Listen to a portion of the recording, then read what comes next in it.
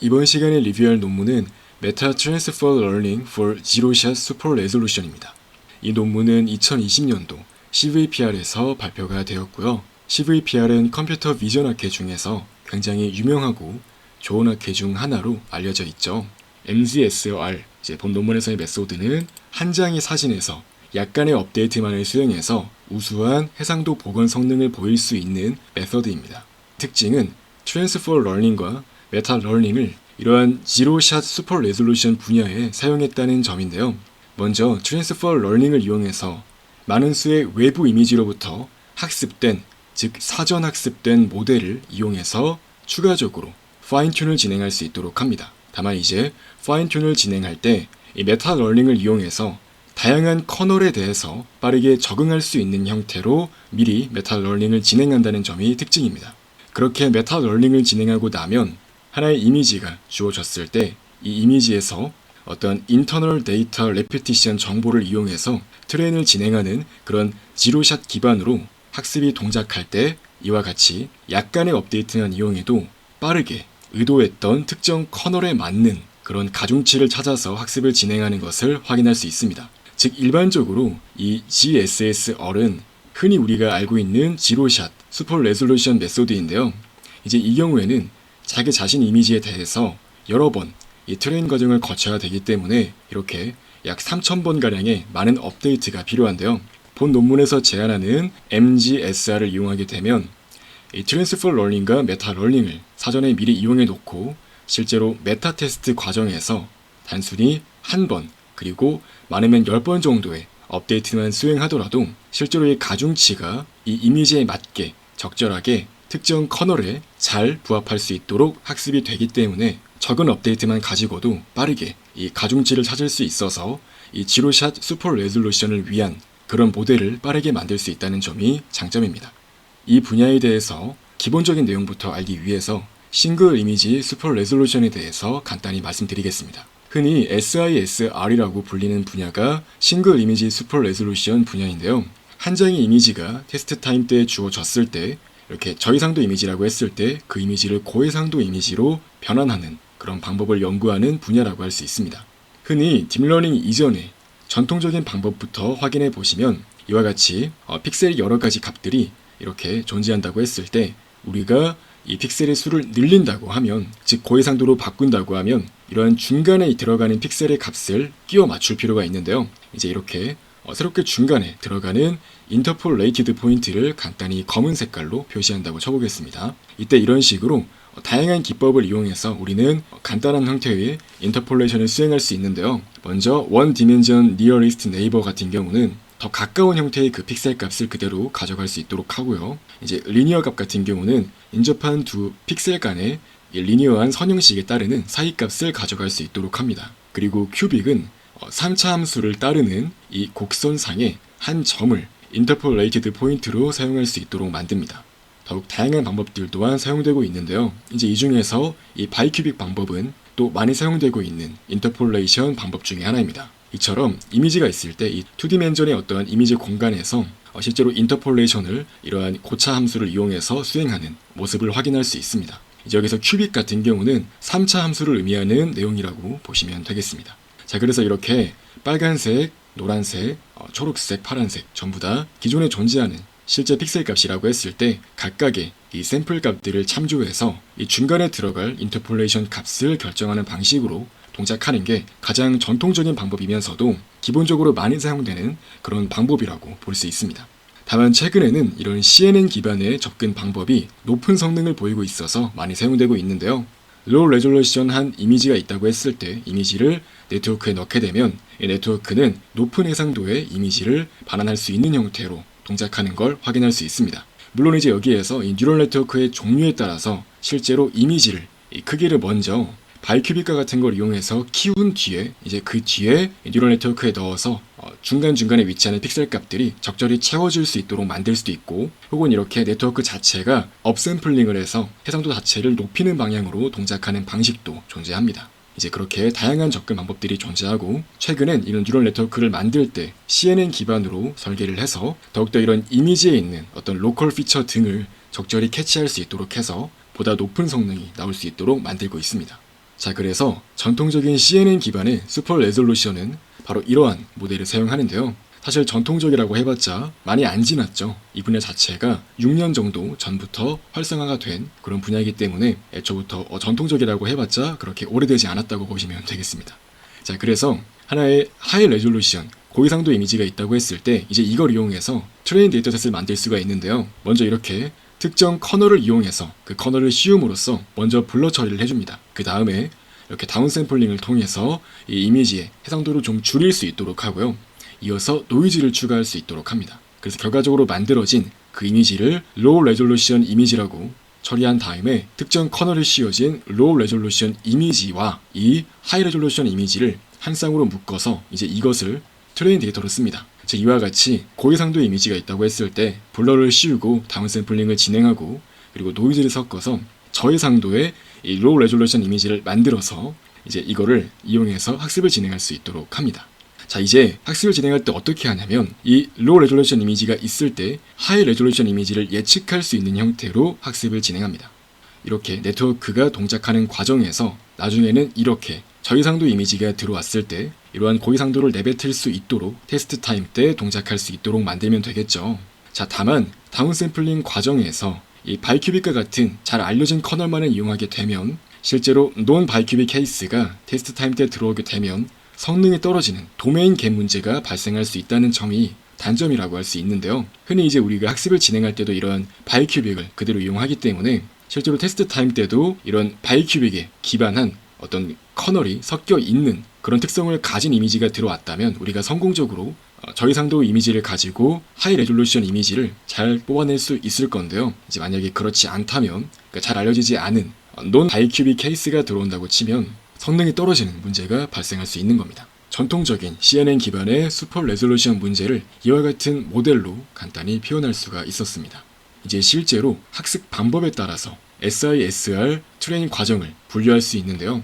먼저 Externally Trained Network입니다. 이건 말 그대로 외부적으로 학습된 네트워크를 의미하는 건데요. 이때 학습을 진행할 때 이러한 다수의 학습 데이터를 이용해서 먼저 학습을 진행하는 겁니다. 그래서 아까 봤던 이러한 공식에 따라서 고해상도 이미지가 있다고 했을 때 그러니까 저해상도 이미지를 이렇게 만들어내서 이렇게 만들어진 저해상도 이미지와 함께 한 쌍으로 묶어서 트레인 데이터를 만든 다음에 이러한 트레인 데이터셋으로 실제 네트워크를 학습합니다. 그래서 결과적으로 나중에 테스트 데이터가 들어왔을 때 이 테스트 데이터 또한 학습할 때 사용했던 학습 데이터에서의 디스트리뷰션 정보를 적절히 이용하도록 해서 실제 테스트 이미지에 대해서도 해상도 복원이 잘 수행될 수 있도록 하는 것이 목표라고 이해할 수 있겠습니다. 그래서 이렇게 학습을 진행한 뒤에 테스트를 진행함에 있어서 어떤 다수의 학습 데이터를 이용해서 학습된 그런 정보를 토대로 해서 현재 주어진 테스트 데이터에 대한 어떤 고해상도 이미지를 이렇게 예측할 수 있도록 하는 것입니다. 그래서 이와 같이 테스트 시기에는 저해상도 이미지가 들어왔을 때 이미지를 학습된 네트워크에 넣어서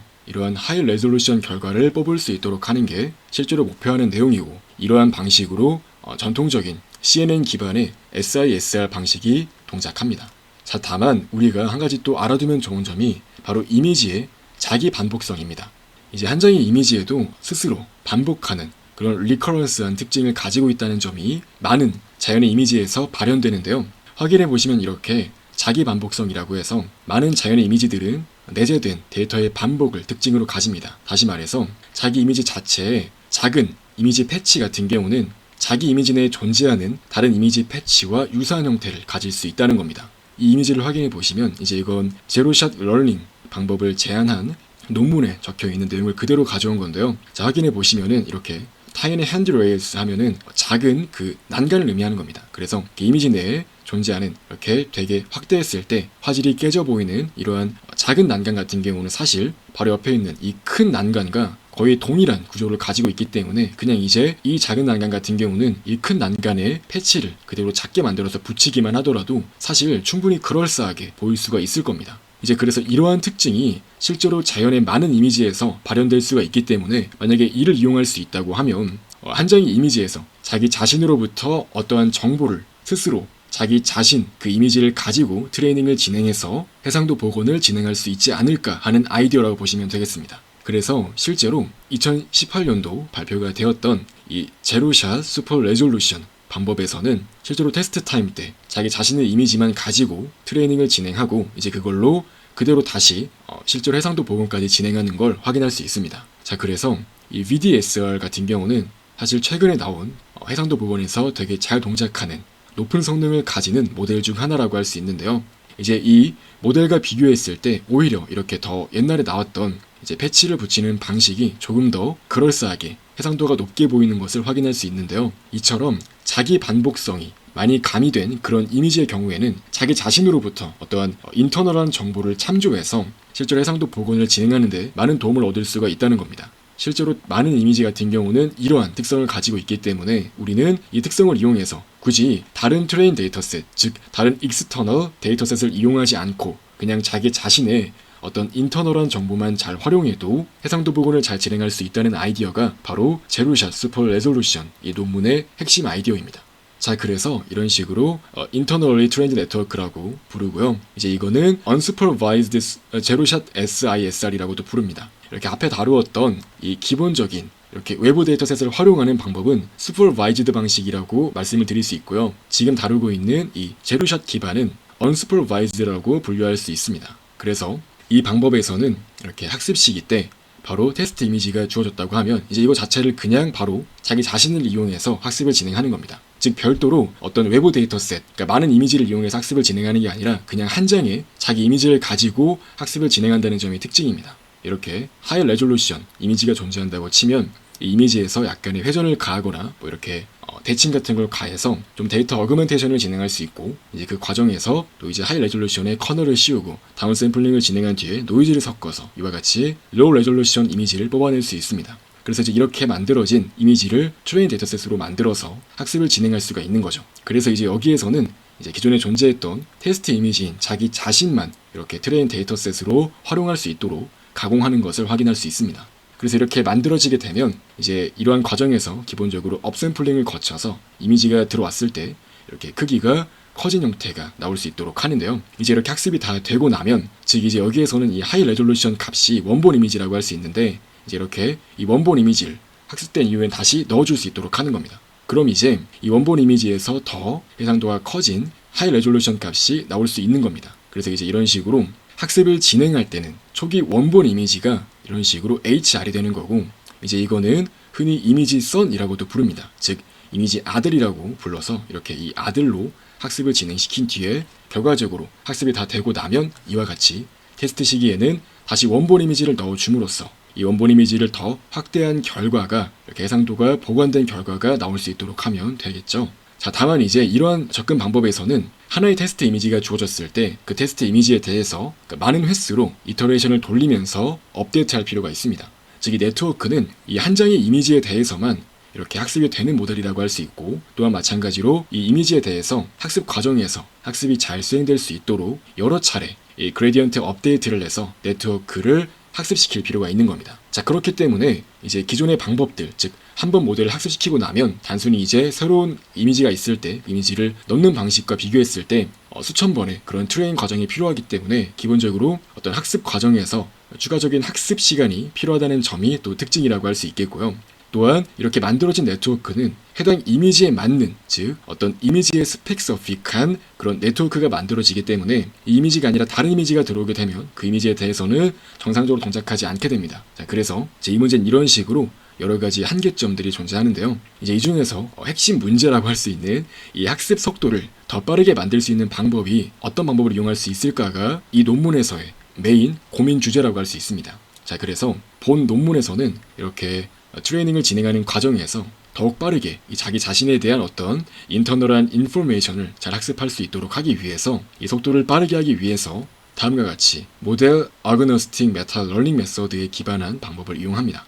이제 이거는 흔히 알려진 그 메타 러닝 메소드 중에 하나라고 할 수 있겠고요. 특히 옵티마이제이션 베이스드로 동작하는 메타 러닝 기법 중 하나입니다. 얘는 적절한 초기 가중치를 찾기 위한 방법 중 하나인데요. 다양한 작업에 대해서 빠르게 적응할 수 있는 가중치를 찾기 위해 사용할 수 있는 그런 방법 중 하나입니다. 특히 이제 메타 러닝 같은 경우는 이 파인 튜닝 과정에서도 도움을 줄 수 있다는 점이 실험적으로 또 알려져 있는 내용 중 하나죠. 그래서 이 메타 러닝 과정을 통해서 우리는 적절한 초기 가중치를 미리 계산해 놨다가 이제 그 가중치를 이용해서 이제 특정 태스크에 맞게 빠르게 업데이트를 하고 빠르게 학습을 진행해서 특정 태스크에 맞는 동작을 적절히 수행하는 네트워크를 만들 수 있는 겁니다. 이제 바로 이러한 아이디어를 이용해서 한 장의 이미지에서 어떤 인터널한 인포메이션을 학습시키는 과정을 더 적은 이터레이션으로 만들어낼 수가 있다고 할 수 있는 거죠. 그래서 확인해 보시면 이렇게 말씀드렸듯이 여러 번 그레디언트 업데이트를 수행해야 되는데 이제 그러한 그레디언트 업데이트 과정을 단축할 수 있다면, 즉 이러한 트레인 과정을 줄일 수 있다면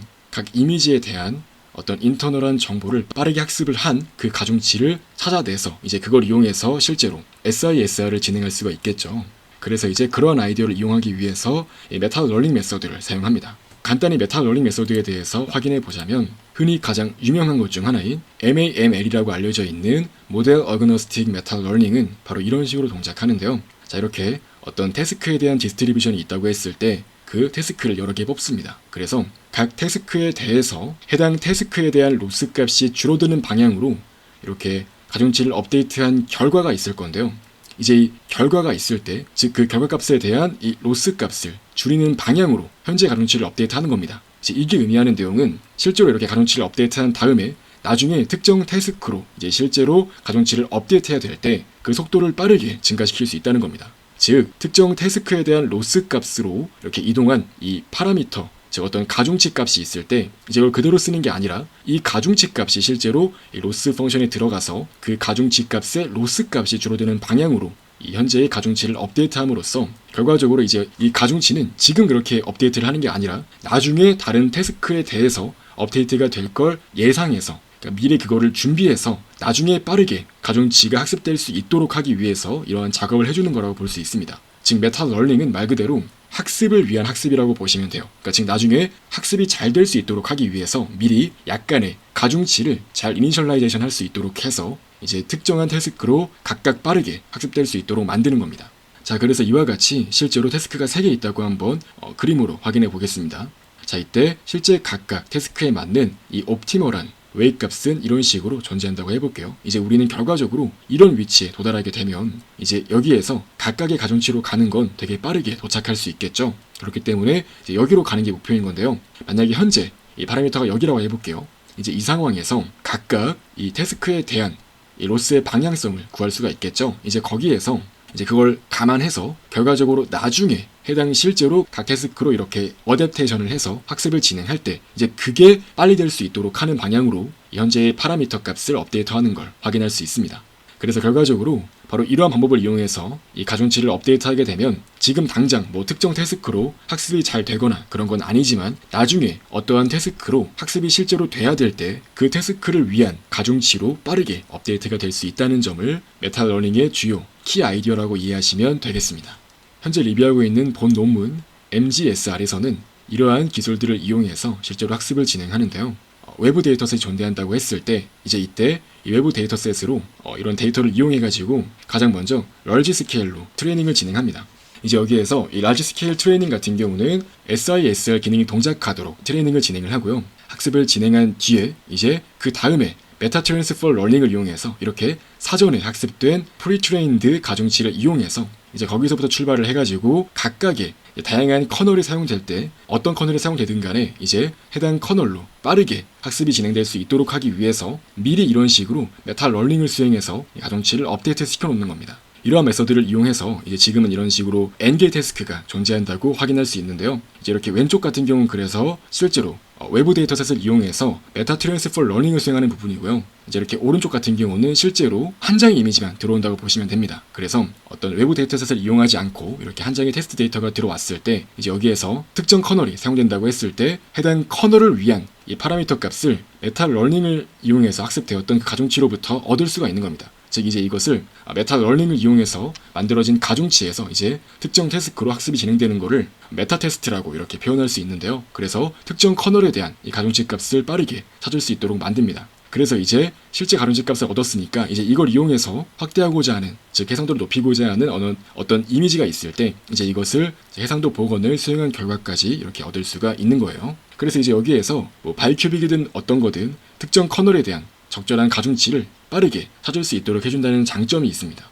자, 그래서 이러한 방법을 이용하게 되면 다양한 커널에 대해서 어떤 커널이 들어오든 간에 이제 그 커널에 대해서 빠르게 학습할 수 있도록 하는 그런 방향으로 미리 메타러닝을 진행할 수도 있겠죠. 그래서 바로 이게 오늘 리뷰하고자 하는 이 MGSR의 전체 동작 과정입니다. 자, 그래서 이러한 내용까지 한번 전반적인 구조까지 숙지를 해보시고 이제 다음 내용으로 실제 논문 리뷰까지 진행해 보도록 하겠습니다. 이제 이 MGSR 같은 경우는 바로 다음과 같이 이 GitHub에서 전체 코드를 확인해 보실 수 있는데요. 확인해 보시면 이렇게 서울대학교 팀에서 전체 제공하고 있습니다. 이 논문 또한 서울대 팀에서 낸 논문이고요. 자, 그래서 확인해 보시면은 이렇게 전체 아키텍처에 대한 간단한 설명이 또 나와 있고요. 실험 결과 또한 보여주고 있는 걸 확인할 수 있습니다. 이제 그래서 여기에서 다운로드 받은 다음에 실제로 이걸 이용해서 학습 또한 진행해 볼 수 있고요. 다만 이제 실제 학습 과정은 시간이 오래 걸리기 때문에 논문 리뷰 과정에서는 생략하고 논문에 적혀 있는 그런 상세 정보에 대해서 좀 초점을 맞추어서 리뷰를 진행할게요. 다만 간단하게 이렇게 이 모델 파일을 한번 확인해 보시면은 이제 본 논문에서 사용된 모델도 기존에 이 제로샷 슈퍼 레졸루션에 사용되었던 즉 GSSR에 사용되었던 그 아키텍처를 거의 그대로 가져와 사용하고 있는 걸 확인할 수 있습니다. 확인해 보시면 이렇게 전체 8개의 레이어만 가지는 하나의 컨볼루션 이 CNN 레이어를 쌓아 놓은 걸 확인할 수 있고요. 그래서 이런 식으로 되게 CNN 구조가 엄청 깊진 않고 8개 정도의 레이어로 구성되어 있다는 점에서 되게 깊은 그런 레이어를 가지고 있는 스테이트 오브 디 아트 슈퍼 레졸루션 아키텍처와 비교했을 때 훨씬 적은 수의 이 파라미터를 가지고 있다는 점이 또 장점이라고 할 수 있습니다. 라이트 웨이트라고 할 수 있죠. 되게 가볍게 사용할 수 있는 모델이라고 판단할 수 있습니다. 자, 그래서 실제로 학습까지 시켜보고 싶으신 분들은 이 GitHub 들어오셔가지고 이 리포지터리에서 실제로 코드를 확인해 보시면서 트레인 과정을 진행해 보시는 걸 추천드립니다. 보시면 이런 식으로 이 데이터셋 또한 주어지고요. 실제로 이걸 이용해서 학습을 또 진행을 했으니까요. 이 본 논문과 동일한 조건으로 트레이닝을 해보고 싶으신 분은 이렇게 리포지터리를 클론하셔가지고 실제로 트레인 과정을 진행할 수 있도록 하시면 되겠습니다. 자, 그래서 간단하게 이 실제로 논문 리뷰, 논문을 읽어가면서 진행해 보도록 하겠습니다. 자, 본 논문의 제목은 말씀드렸듯이 Meta Transfer Learning for Zero Shot Super Resolution인데요. 이제 이 논문은 이렇게 서울대학교 팀에서 낸 논문이고 이 팀에서는 슈퍼 레졸루션 분야의 논문을 많이 내는 것으로 알려져 있습니다. 이제 기본적으로 SISR이라고 하는 것은 싱글 이미지 슈퍼 레졸루션이라는 의미를 가지고 있고 많은 경우에는 익스터널 샘플을 이용해서 즉 다양한 이미지 데이터를 이용해서 학습을 진행해서 높은 성능을 보였다는 것으로 CNN 기반의 SISR 연구가 진행이 되고 있는데요. 다만 이제 익스터널한 데이터셋을 이용하게 되면은 해당 이미지에 존재하는 인터널한 인포메이션은 활용하기가 어렵다는 점에서 약간 부족한 점이 있다고 할 수 있습니다. 또한 이제 다른 문제점은 또 어떤 게 있냐면은 기본적으로 정해진 어떤 컨디션에 대해서만 슈퍼바이즈드 형식으로 동작한다는 점이 특징입니다. 그러니까 예를 들어서 이제 다운샘플을 진행할 때 이제 로우 레졸루션 데이터를 만들 때 그러니까 HR 데이터에 대해서 이 바이큐빅을 이용해서 다운샘플을 진행한 뒤에 이제 그것을 이용하는 방식 등이 사용되기 때문에 이제 이렇게 미리 정해진 특정 잘 알려진 커널을 이용해서 학습을 진행하게 되면 그렇게 진행했을 때 실제로 그런 바이큐빅에 대해서는 잘 동작하겠지만 다른 커널에 대해서는 잘 동작하지 않는다는 문제가 발생할 수 있습니다. 그래서 기본적으로 이렇게 노이즈가 존재하지 않는 어떤 노이즈가 없는 고해상도 이미지에서부터 이렇게 바이큐빅으로 해상도의 크기를 이렇게 낮춘 다음에 이제 그걸 이용한다는 점이 또 이제 하나의 문제를 야기할 수 있는 것입니다. 이 두 가지 문제를 해결하기 위한 방법으로 우리는 지로샷 슈퍼 레졸루션을 사용할 수 있는데요. 플렉서블하고 그리고 다양한 커널에 대해서 또 동작할 수 있다는 장점이 있긴 하지만 수천 번의 그런 그레디언트 업데이트를 수행해야 된다는 점이 특징이라고 할 수 있습니다. 그래서 이러한 특징 때문에 실제 인퍼런스 타임이 되게 길어지겠죠. 즉 테스트 시에 매번 테스트 이미지가 들어왔을 때 그 이미지에 대해서 수천 번 어떤 네트워크를 업데이트 시켜야 되기 때문에 마찬가지로 많은 시간을 야기할 수가 있는 겁니다. 이제 이 논문에서는 바로 MGSR이라는 메서드를 제안을 하고요. 이제 이것은 일반적인 그런 이니셜 파라미터를 적절히 찾기 위해서 메타 러닝 메서드를 사용합니다. 정확히는 메타 트랜스퍼 러닝을 사용해서 익스터널한 데이터까지 활용할 수 있도록 만듭니다. 또한 마찬가지로 하나의 이미지에 테스트 이미지에 포함되어 있는 어떤 인터널한 데이터까지 활용해서 이제 그러한 특징들을 이용함으로써 어떤 레프레젠테이션들을 이용함으로써 실질적으로 굉장히 적은 업데이트만을 이용해서 인터널한 데이터를 가지고 있는 그런 이미지에 대해서 적절한 이 가중치 값을 업데이트해서 이제 그걸로 실제로 SR을 진행할 수가 있는 겁니다. 자, 그래서 이러한 관점에서 실제 특정 커널에 대해서 즉 특정 이미지 컨디션 어떤 조건에 대해서 빠르게 적응해서 학습할 수 있도록 만들어주고 Fast Adaptation Process라는 장점이 존재한다는 점이 특징이라고 할 수 있습니다. 이렇게 먼저 SISR에 대한 전반적인 이 배경에 대해서 설명하고 있는 걸 확인할 수 있는데요. 이 SISR이라는 것은 어떠한 LR 이미지, 즉 로우 레졸루션 이미지가 있을 때 이제 그걸 이용해서 고해상도 이미지를 만들어내는 그런 작업이라고 할 수 있습니다. 그래서 그럴싸한, 충분히 그럴듯한 SR 이미지를 만들어내는 게 이제 본 태스크의 목적이라고 할 수 있고요. 최근엔 이런 식으로 CNN 베이스드 기반의 메소드가 사용됩니다. 이렇게 CNN 베이스드로 다양한 아키텍처들이 사용되고 있고요. 특히 이렇게 유명한 것들을 확인해 보실 수 있는데, 이 중에서 이 15번 레퍼런스는 VDSR이라고 알려져 있는 그 서울대학교 팀이 2016년에 CVPR에서 발표한 논문이고요. 레이어가 되게 깊은 그런 CNN 기반의 모델을 사용했다는 점이 특징입니다. 다만 이제 기본적으로 이러한 CNN 기반의 방법들은 잘 알려진 그렇게 좀 해상도를 낮추는 그런 모델을 쓰기 때문에 이 바이큐빅 다운샘플링을 이용할 수 있고요.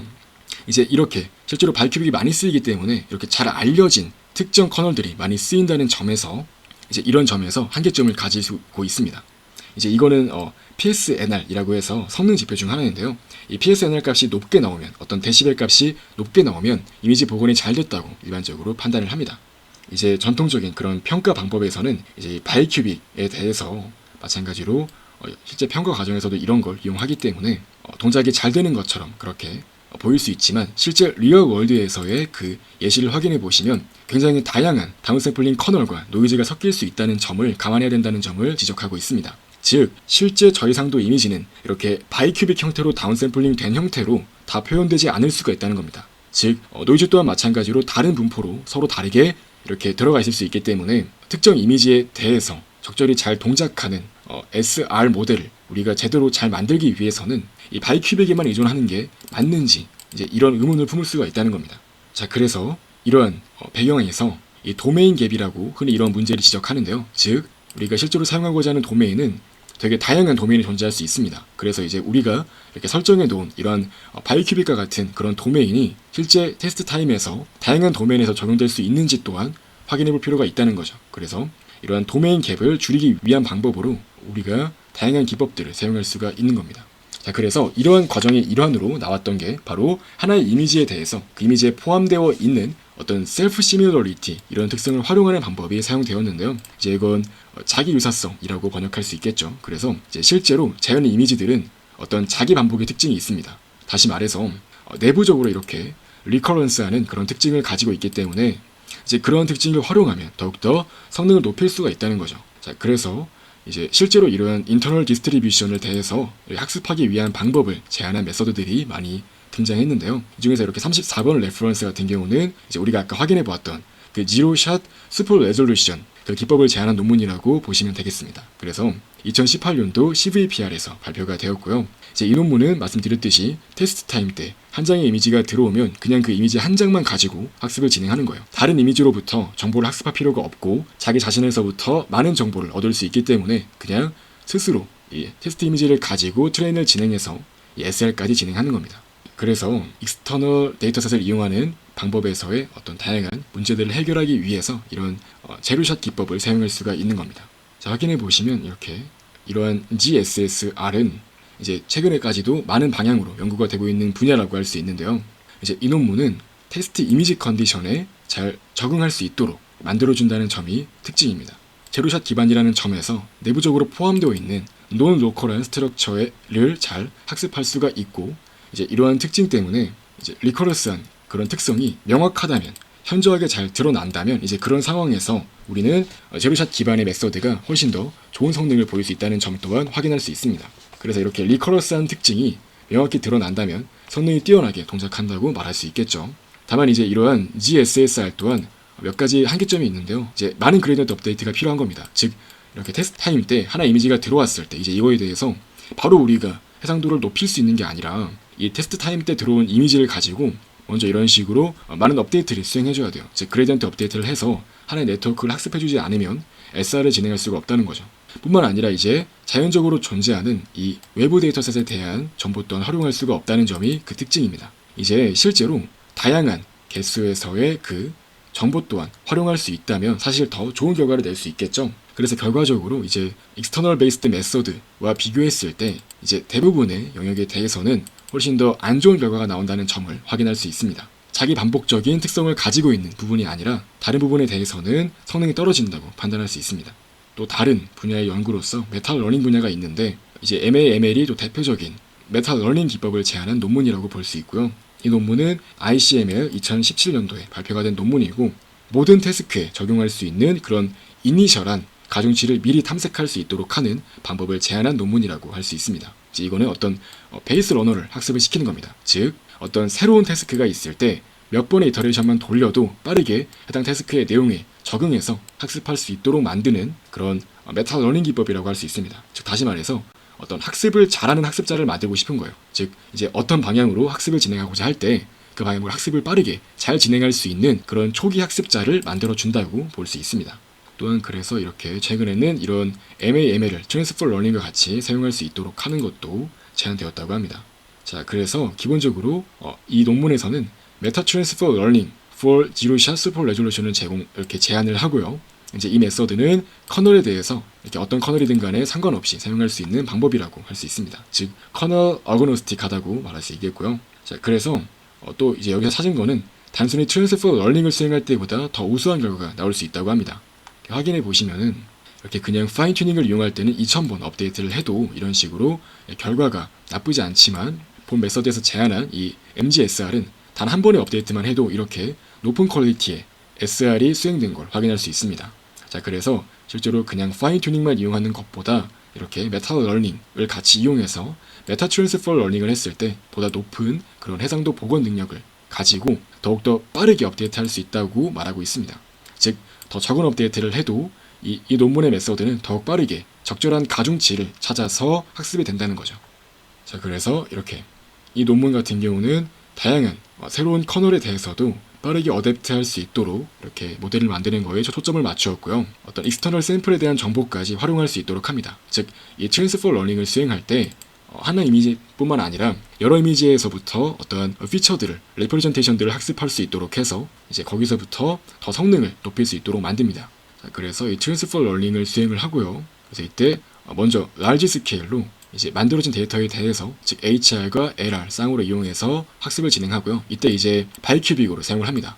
다만 이제 이런 식으로 이제 여기에서 트랜스퍼 러닝을 수행할 때는 이 바이큐빅에 맞추어서 이렇게 학습을 진행하는 거고요. 이제 메타 러닝을 할 때 다양한 태스크에 대해서 즉 다양한 커널에 대해서 잘 동작할 수 있도록 만듭니다. 즉 이렇게 처음에 트랜스퍼 러닝 단계에 사용되는 그런 네트워크는 바이큐빅으로 만들어지는 것을 확인할 수 있습니다. 이제 이후에 메타 러닝을 이용해서 특정 태스크에 어떤 태스크가 오든 간에 각 태스크로 그 디스트리뷰션 안에 포함되어 있는 각 태스크로 빠르게 학습이 진행될 수 있도록 메타 러닝 또한 진행을 합니다. 그래서 실제로 이러한 메타 테스트 과정에서는 어떤 커널, 즉 정해진 필터가 있을 때 그 필터에 맞는 이제 그 방향으로 빠르게 학습 진행될 수 있도록 하는 걸 확인할 수 있습니다. 그래서 결과적으로 이 논문에서는 GSSR과 마찬가지로 적은 깊이의 레이어를 이용해서 어떤 라인 웨이트 네트워크의 장점을 누릴 수 있고 마찬가지로 플렉서블 하면서 GSSR의 장점을 살리되 더욱더 빠르게 특정 태스크로의 이제 업데이트가 수행될 수 있도록 해서 GSSR의 장점을 살리되 이제 이에 대한 성능을 더 개선시키기 위한 방법으로 이러한 메서드를 제안했다고 보시면 되겠습니다. 기본적인 GSSR은 수천 번의 업데이트가 필요하다는 점과 비교했을 때 이제 얘는 먼저 이런 식으로 트랜스퍼 러닝과 메타 러닝을 거쳐 놓게 되면 이제 그 다음부터는 실제로 한 장의 이미지에 대해서 업데이트를 수행할 때 한 번에서 10번 정도만 거쳐도 빠르게 적절한 가중치를 학습할 수 있다는 점 확인할 수 있습니다. 자, 그래서 이제 본 논문에서는 메타 트랜스퍼 러닝에 기반한 그런 트레이닝 방법을 제안했고요. 그래서 이 제로샷 언스퍼바이즈 세팅에서 이제 특정 태스크로 빠르게 학습될 수 있도록 가중치를 이렇게 미리 정해놓는 방법이라고 볼 수 있습니다.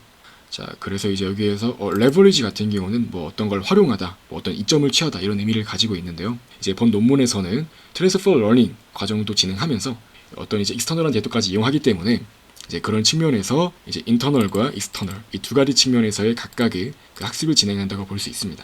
또 이제 빠르면서 플렉서블하고 라이트웨이트하다는 점이 또 장점이라고 할 수 있겠네요. 간단히 이 CNN 베이스드 SR에 대해서 이 정의부터 또 확인해 보도록 하겠습니다. 릴레이터드 워크에 대한 내용을 전반적으로 보여주고 있는 그런 섹션이라고 보시면 되겠습니다. 아까 확인했듯이 이제 이 HR은 고해상도 이미지라고 볼 수 있고 여기 커널을 씌우고 다운샘플링한 다음에 노이즈를 섞은 게 이렇게 로우 레졸루션 이미지라고 해서 이제 이렇게 HR과 LR을 한 쌍으로 묶어서 학습을 진행할 수 있습니다. 자, 다만 이제 이러한 방법을 이용할 때 우리가 잘 알려진 그런 다운샘플링 커널을 이용한다는 점이 특징인데요. 흔히 이제 바이큐빅과 같이 잘 알려진 커널을 이용합니다. 다만 이제 그러한 경우에는 바이큐빅이 아닌 케이스에 대해서는 그런 도메인 갭 때문에 성능이 더 떨어질 수가 있는 거죠. 즉 이렇게 바이큐빅에 대해서만 잘 동작하도록 만든다는 점이 단점이라고 할 수 있습니다. 이제 그래서 그러한 문제를 해결하기 위한 기법들도 많이 소개가 되었고요. GSSR 같은 경우는 어떤 인터널한 스트럭처를 잘 학습할 수 있도록 만들어서 높은 플렉서빌리티를 가진다는 점이 특징이라고 할 수 있습니다. 또 메터드 러닝 같은 경우는 이제 뭐 매트릭 베이스드, 메모리 네트워크 베이스드, 그 다음에 옵티마이제이션 베이스드 등 다양한 그룹들이 존재하는데요. 이 중에서 대표적인 것 중 하나로 이 옵티마이제이션 베이스드 메소드에 포함되어 있는 이 MAML이 있고, 이제 본 논문에서는 이러한 MAML에 기반해서 실제로 메타드 러닝을 진행할 수 있도록 합니다. 지로샷 슈퍼 레졸루션에 대해서도 설명하고 있는 걸 확인할 수 있는데요. 이제 내용을 확인해 보시면은 말 그대로 이 지로샷 슈퍼 레졸루션은 학습을 진행할 때 하나의 이미지, 즉 테스트 이미지에 대해서 학습을 진행한다고 보시면 되겠고요. 어떤 로우 레졸루션 이미지가 있다고 하면 먼저 이렇게 선을 만듭니다. 즉 아들을 만들어서 이제 그 다음에 이 아들에 대해서 이제 아들을 넣었을 때 이 LR이 나올 수 있도록 학습을 진행하는 겁니다. 그래서 이제 이 LR은 이제 임시적으로 이 HR이 되는 겁니다. 그래서 결과적으로 자기 자신을 좀 크게 줄인 다음에 그 작은 크기에서 자기 자신을 이렇게 예측할 수 있도록 만든 다음에 나중에 이제 학습이 되고 나면 실제 원본 이미지를 넣었을 때 넣은 원본 이미지가 SR 이미지가 될 수 있도록 만드는 걸 확인할 수 있습니다. 그래서 이렇게 학습을 진행할 때도 자기 자신 테스트 이미지 하나만 사용한다는 점이 특징이라고 할 수 있고요.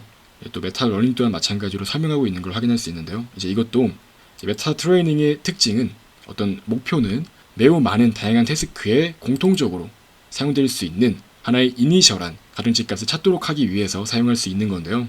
자, 이렇게 어떤 태스크에 대한 디스트리뷰션이 있다고 할게요. 즉 다양한 태스크가 존재할 수 있겠죠. 각 태스크에 대해서 어떤 태스크든 간에 각 태스크로 빠르게 학습이 수행될 수 있도록 하는 베이스 러너를 찾도록 만드는 것입니다. 자, 그래서 나중에 새로운 태스크가 들어왔을 때 그 태스크에 대해서 빠르게 적응해서 메타 러닝이 된 그 모델이 학습될 수 있도록 만드는 게 특징이라고 할 수 있습니다.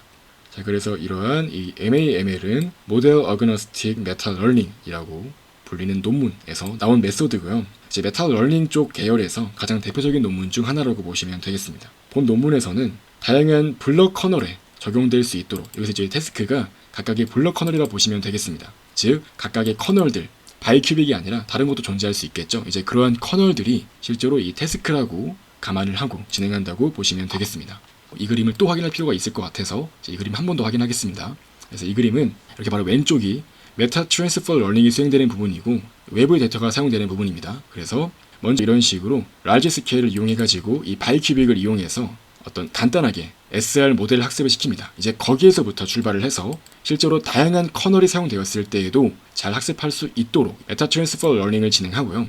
이제 이렇게 하나의 모델 가중치를 찾게 되면 이제 얘는 실제로 테스트 타임 때 이제 하나의 메타 테스트가 진행되었을 때 특정 커널에 대한 그 최적의 가중치를 빠르게 학습할 수 있도록 만듭니다. 그래서 이렇게 메타 트랜스퍼 러닝을 수행한 이후에 이제 이 모델에서부터 출발해가지고 특정 커널에 적합한 가중치를 학습할 수 있도록 만들면 빠르게 업데이트가 되어서 모델이 학습이 되는 겁니다. 실제로 수식과 함께 확인해 보실 수 있습니다. 자, 이제 대표적으로 이 SISR 분야에서 자주 사용되는 데이터셋을 확인하실 수 있는데요. 이제 먼저 라지 스케일 같은 경우는 말씀드렸듯이 그냥 잘 알려진 이 바이큐빅을 그대로 이용합니다. 그래서 별도로 여기에서는 다른 태스크에 대해서 하진 않고 그냥 이 바이큐빅에 대해서만 진행을 하는 거예요. 그래서 확인해 보시면은 어떤 HR 이미지가 있을 때 이 바이큐빅을 이용해서 이 LR 이미지를 만들고요. 이제 이건 전통적인 그런 가장 기본적인 SR 태스크에서 사용되는 그 로스 펑션과 거의 유사하다 보시면 되겠습니다. 그래서 모델을 넣은 다음에 그 모델을 넣었을 때, 즉 다시 복원된 그 SR 이미지가 원본 HR 이미지와 유사할 수 있도록 이렇게 로스 펑션을 구성하는데요. 이제 여기에서 또 에런 로스가 사용되었는데 이 에런 로스는 SR 분야에서 또 많이 쓰이는 로스 중 하나죠. 그래서 이걸 이용한 걸 확인할 수 있습니다. 자, 그래서 이제 픽셀와이즈 에런 로스를 사용한다고 언급이 되어 있고요. 이런 라지 스케일 트레이닝을 사용하는 이유가 두 가지가 있는데요. SR 태스크 같은 경우는 좀 비슷한 특성을 가지고 있어요. 사실 이제 이거는 전반적인 이미지가 가지는 또 그런 특성 중 하나라고도 할 수 있겠죠. 그러니까 다양한 이미지로부터 어떤 공통적으로 사용되는 그런 리프레젠테이션들을 러닝할 수 있도록 해서 활용할 수 있도록 하는 거고요. 즉 자기 자신 이미지 하나만 사용하는 게 아니라 즉 테스트 타임 때 들어오는 이미지 하나만 쓰는 게 아니라 전반적인 모든 내추럴 이미지로부터 어떤 특징 값들을 다 받아와서 이제 그걸 활용해서 더욱더 높은 성능을 보일 수 있도록 하겠다는 거죠. 그다음에 이제 이어서 이 MAML은 트레이닝이 좀 어려운, 잘 안 될 때가 있는 그런 문제가 존재하기 때문에 이제 그런 것들을 좀 개선하기 위해서 이러한 MAML을 돕기 위한 방법으로 large scale 트레이닝이 효과적으로 사용될 수 있다고 언급하고 있습니다.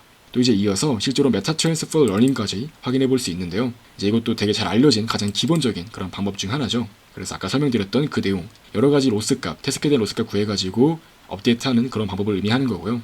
다만 이제 이 논문에서는 이렇게 기본적인 MAML 형태를 조금 바꾸어서 SR에서 그것도 메타 테스트 과정에서는 이 하나의 이미지에 대한 그런 어떤 인터널한 정보를 학습하기 위한 방법으로 사용할 수 있도록 그렇게 약간 형태를 바꾸어 사용한다고 이렇게 명시하고 있는 걸 확인할 수 있습니다. 그래서 결과적으로 우리 목표는, 이 논문의 목표라고 하면 커널에 대해서 이제 어그노스틱한 그런 속성을 가지도록 만드는 거예요. 즉 어떤 커널에 오든 간에 각 커널로 빠르게 어댑테이션 할 수 있도록 해서 그 커널에 대해서 잘 동작할 수 있도록 만든다는 거죠. 자, 그래서 실제로 이렇게 학습을 위해서 D메타라고 해서 메타 러닝을 위한 하나의 데이터셋을 만들 수가 있습니다. 자, 그래서 이제 다양한 커널 세팅을 이용해서 이러한 데이터셋을 구성할 수 있다고 하는데요. 자, 이때 커널을 뽑을 수가 있는데 우리는 각각의 커널을 이런 이 시그마 형태로 우리가 디터민할 수 있습니다. 확인해 보시면 이런 식으로 시그마를 확인할 수 있는데요.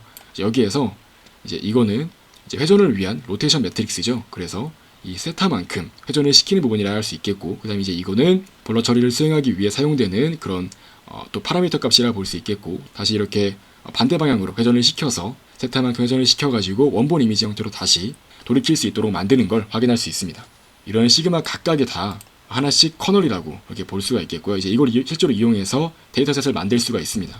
그래서 이제 이러한 커널을 이용해서 각각의 D메타 데이터셋을 만들고 그걸로 각 태스크에 대해서 학습을 진행할 수 있는 겁니다. 그래서 확인할 수 있듯이 이렇게 하나씩 확인하면서 그 태스크에 대한 로스 값을 줄이는 그 방향으로 이동한 결과를 세타 i라고 하고, 로스 펑션 넣었을 때, 즉 그 결과에 대한 로스 값이 감소할 수 있는 방향으로 그러니까 이 가중치를 업데이트하는 겁니다. 이 가중치 같은 경우는 업데이트가 되게 되면 나중에 실제로 이제 테스트 타임 때 각각 어떤 태스크가 들어오든 간에 실제로 그 태스크로의 학습이 빠르게 수행될 수 있도록 하는 거죠.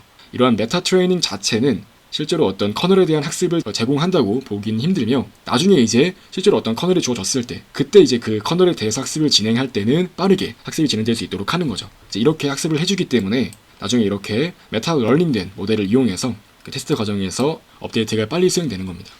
그걸 확인해 보시면은 실제로 테스트를 진행할 때는 어떤 LR 이미지가 들어왔을 때 이것을 다운샘플링 할 수 있을 겁니다. 다운샘플링을 하고 그 다음 이제 이렇게 만들어진 이 아이선 이미지가 있을 건데요. 실제로 이제 우리가 일반적으로 퓨전 러닝을 수행할 때처럼 이렇게 작은 데이터를 만들어서 그 작은 데이터가 원본 LR 이미지가 될 수 있도록 트레이닝을 진행하잖아요. 그 자체만 수행하더라도 자연스럽게 이제 이미 메타 트랜스퍼 러닝이 수행되었기 때문에, 그러니까 이 해당 이미지에 대해서 빠르게 이제 러닝이 수행되기 때문에 우리는 그 가중치를 몇 번의 업데이트만으로도 이제 잘 동작하도록 만들 수가 있고, 이제 거기에서 원래 원본 이미지를 넣었을 때 해상도가 높아진 그 이미지를 얻을 수가 있는 겁니다. 자, 그래서 이렇게 메타 테스트 러닝 과정에서는 바로 이런 식으로 동작하는 걸 확인할 수 있습니다. 사실 알고리즘 자체는 그렇게 크게 어렵지 않습니다. 그래서 여기가 이제 그 large scale 트레이닝 진행하는 부분이고요. 데이터가 존재할 때 거기에서 LR과 HR 배지를 뽑아낸 다음에 그 에러 로스를 이용해서 트레이닝을 진행하고요. 그 다음에 이제 메타 트랜스퍼 러닝을 진행하는 건데요. 이제 각각의 그 태스크, 커널을 씌웠을 때 그 각각의 태스크에 대해서 그 태스크로 나중에 학습을 진행했을 때 학습이 빨리 될 수 있도록 하는 방향으로 메타 러닝을 진행하는 걸 확인할 수 있고요. 그래서 결과적으로 이제 이 부분 또한 메타 러너 옵티마이제이션 하는 부분이라고 볼 수 있습니다. 메타 트랜스퍼 러닝이 끝난 이후에 테스트 과정에서는 하나의 이미지가 들어왔을 때 이제 그 이미지에서의 그 커널을 확인하는 거예요. 그 커널에 맞게 메타 러닝이 된 가중치 값을 빠르게 업데이트를 시켜서 그 커널에 맞게 동작하는 SR 모델을 이제 몇 번의 업데이트만으로도 만들 수가 있다는 거죠. 그래서 이제 어떤 커널을 쓰든 간에 빠르게 학습이 되어서 동작하게 된다는 겁니다. 자, 그래서 이제 그런 점이 바로 이 논문에서 원래 의도했던 내용이라고 볼 수 있고요. 자, 이와 같이 실제로 트레이닝을 진행할 때는 GSSR에 사용되었던 그 8레이어의 CNN 아키텍처를 그대로 사용할 수 있었고, 마찬가지로 이렇게 레이어가 되게 깊지 않기 때문에 파라미터 개수 또한 적은 편인 걸 확인할 수 있습니다. 또한 이제 이어서 이제 여기는 세부적으로 정해놓은 파라미터 값이라고 확인하실 수 있고요. 그리고 이제 실제로 이밸루에이션 과정에서는 뭐 set5나 BSD100과 같이 가장 SR 분야에서 대표적인 그런 데이터셋을 사용하는 걸 확인할 수 있습니다. PSNR과 SSIM 이것 또한 되게 대표적인 그런 메저먼트 중 하나죠. 또한 이제 이 두 논문 같은 경우는 또 2018년도 ECCV에서 발표가 되었던 SR 기능을 제공하는 그런 스테이트 오브 디 아트 중 하나이기 때문에 이제 이것과 같이 또 비교한 걸 확인할 수 있습니다. 다만 이제 이거 같은 경우는 지로샷은 아니기 때문에 이렇게 마이큐빅을 이용해서 다운샘플링 된 그 결과를 이용해서 트레이닝을 진행하는 걸 확인할 수 있습니다. 자, 그래서 테스트 타임 때 바이큐빅에 대한 커널이 사용되게 되면 이제 거기에 대해서는 굉장히 잘 동작하는 걸 확인할 수 있습니다. 이제 반면에 GSSR과 이제 본 논문에서의 MGSR 논문 같은 경우는 이제 상대적으로 그런 바이큐빅에 대해서는 당연히 좋은 성능이 나오기가 어렵겠죠. 그래서 이제 본 논문 같은 경우는 좀 바이큐빅에 대해서는 앞서 언급되었던 이 논문에 비해서는 성능이 떨어지지만 다양한 커널이 사용될 수 있는 상황에서는 강점을 보이는 걸 또 확인할 수 있습니다. 또한 이제 GSSR은 수천 번 업데이트가 필요하기 때문에 그것과 비교했을 때 더 단 한 번의 업데이트만 수행해더라도 이 GSSR과 충분히 필적할 만한 그런 컴페티티브한 결과물을 성능을 보였다고 할 수 있습니다. 그래서 이렇게 실제로 이밸루에이션을 위해서 다양한 파라미터로 설정된 블럭 커널 또한 이용했다고 하고요. 이제 확인해 보시면 이런 식으로 슈퍼바이즈드 방식으로 사용될 때 바이큐빅으로 다운샘플링 된 그런 데이터에 대해서는 실제로 평가를 진행할 때 이 두 논문 ECCV에서 발표가 되었던 스테이트 오브 디 아트 슈퍼바이즈드 메서드 같은 경우는 이런 식으로 되게 높은 수치가 나온 걸 확인할 수 있습니다. 이제 여기서 차례대로 PSNR과 SSIM인데요. 특히 이제 PSNR 같은 경우는 단순히 데시벨 값으로서 높으면 더 좋은 성능을 보인다고 할 수 있겠죠. unsupervised 같은 경우는 MGSR 이용하실 때 이제 얘가 또 이렇게 10번 이상 업데이트를 수행하게 되면은 이 GSSR에 비해서 더 높은 성능을 보이는 걸 확인할 수 있습니다. 자, 그래서 여기서 이제 이 업데이트 개수가 이렇게 10번이라고 들어가 있는 거예요. 이제 업데이트를 더 많이 하면 많이 할수록 어떤 이제 커널에 대해서 더 잘 맞는 그런 파라미터를 가중치를 만들 수가 있으니까 당연히 그렇게 되겠죠. 자, 그래서 이렇게 한 번만 하더라도 충분히 높은 성능을 보이는 걸 또 확인할 수 있습니다. 자, 또한 이제 이거는 실제로 다양한 커널을 사용했을 때에 대한 내용이라고 보시면 되겠습니다. 스테이트 오브 디 아트라고 하더라도 이 메소드는 이제 바이큐빅을 이용해서 트레이닝을 진행했기 때문에 당연히 다른 커널에 대해서는 대응이 어렵기 때문에 낮게 나오는 걸 확인할 수가 있고요. 이런 식으로 GSSR과 MGSR 자체가 제로샷 기반이기 때문에 이러한 다양한 커널에 대해서는 더 대응하기가 유리한 편이겠죠. 특히 MGSR 같은 경우는 10번 정도 업데이트를 했을 때 이 GSSR과 비교해서 전반적으로 더 우수한 성능을 보이는 걸 확인할 수 있습니다. 애초부터 이제 더 익스터널한 데이터까지 활용을 하기 때문에 성능이 좋아질 수 있다고 이렇게 판단할 수가 있겠죠. 그래서 실제로 10번만 업데이트를 하더라도 충분히 필적하게 좋은 성능이 나오는 걸 확인할 수 있습니다. 이 GSSR 또한 플렉서빌리티를 가지고 좋은 성능을 보이는 걸 확인할 수 있습니다. 즉 다양한 커널에 대해서 잘 동작할 수 있다는 건데요. 다만 이제 GSSR은 또 마찬가지로 설명드렸듯이 많은 수의 업데이트를 요구하기 때문에 이러한 측면에서 이제 본 논문에서의 메소드는 컴피티티브하게 사용될 수 있다는 점을 언급하고 있습니다. 그래프와 그리고 그림을 통해서 이제 이니셜 포인트로부터 업데이트가 되는 걸 또 보여주고 있는데요. 확인해 보시면 이렇게 PSNR 값을 비교한 것과 실제 그림으로 SR이 처리된 그 결과값을 확인할 수 있습니다. 확인해 보시면 이렇게 이니셜 포인트에서는 이런 식으로 단 한 번만 업데이트를 수행하게 되면은 이제 매우 그럴싸한 플로저블한 형태의 이미지가 나오는 걸 확인할 수 있습니다. 이니셜 포인트에서 당장은 안 좋은 퍼포먼스를 보인다고 하더라도 이렇게 한 번 업데이트를 해서 높은 성능이 보이는 예시가 피겨에서 나오고 있는 걸 확인할 수 있습니다. 이제 이거는 그 곱하기 4로 이렇게 스케일링을 진행한 결과인데요. 저희 스케일링 팩터가 4라 보시면 돼요. 지금 보시면 이런 식으로 원본 이미지가 4개만큼 들어가는 형태로 이렇게 4만큼 그 비율로 스케일링한 걸 확인할 수 있는데요. 이제 보시면 이게 원본 이미지인 거고 이제 얘가 이미지 선입니다. 이제 얘가 얘로 스케일링 되는 방식으로 학습을 시킨 뒤에 실제로 학습이 되고 나면 다시 이제 얘를 이용해서 결과를 예측한 거라 보시면 되겠습니다. 자, 그래서 전반적으로 이렇게 멀티스퀘어에 대해서도 플로저블한 리절트를 확인할 수 있고 또한 이제 이것도 실제 인퍼런스 타임 때 타임을 측정한 거라 보시면 되겠는데요. 동일한 컴퓨팅 장치를 이용했을 때 걸리는 시간을 각각 비교한 겁니다. 이 GSSR 같은 경우는 당연히 수천 번 이터레이션을 해야 되기 때문에 그런 측면에서 많은 시간이 소요된다고 볼 수 있겠고요. 이제 파라미터 같은 경우는 이제 MGSR은 일부러 이 GSSR과 같은 크기로 맞추었기 때문에 이렇게 같은 파라미터를 가지는 걸 확인할 수 있고요.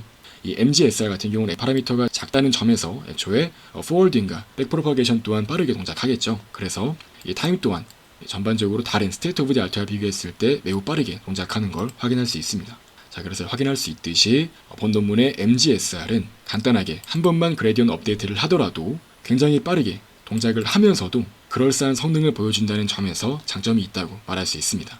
그래서 이제 본 논문에서 제안한 이 MGSR은 패스트하면서 플렉서블하고 그 다음에 뉴럴 네트워크의 파라미터의 개수가 적기 때문에 어떤 뉴럴 네트워크의 그 가중치 크기가 작기 때문에 라인 웨이트하다고 판단할 수가 있으며 이제 본 논문에서는 이렇게 메타 러닝과 트랜스퍼 러닝 개념을 같이 사용함으로써 먼저 트랜스퍼 러닝을 수행한 다음에 각각의 커널들, 각 태스크에 대해서 빠르게 애더프테이션 할 수 있도록 이렇게 메타 러닝까지 수행하는 걸 확인할 수 있습니다. 그래서 다양한 컨디션에 대한 그 커널 값들이 들어온다고 하더라도 적절히 해당 커널에 맞는 가중치를 빠르게 학습할 수 있도록 하기 위해서 이런 이니셜 포인트를 미리 이 메타 러닝을 이용해서 찾는 것이라고 볼 수 있고, 이 본 논문에서 제안한 MGSR은 GSSR과 비교했을 때 좋은 성능을 보이면서도 그리고 상대적으로 더 적은 그레디언트를 요구한다는 점에서 기존 논문의 어떤 결과를 개선시키는 방법으로서 이 트랜스퍼 러닝과 메타 러닝을 사용했다고 말할 수 있겠습니다. 자, 이상으로 해서 이번 시간에는 이제 이렇게 해상도 보건 측면에서 2020년도 CVPR에서 발표가 되었던 메타 트랜스퍼 러닝 for Zero Shot Super Resolution 논문까지 같이 읽어보는 시간을 가져보았습니다.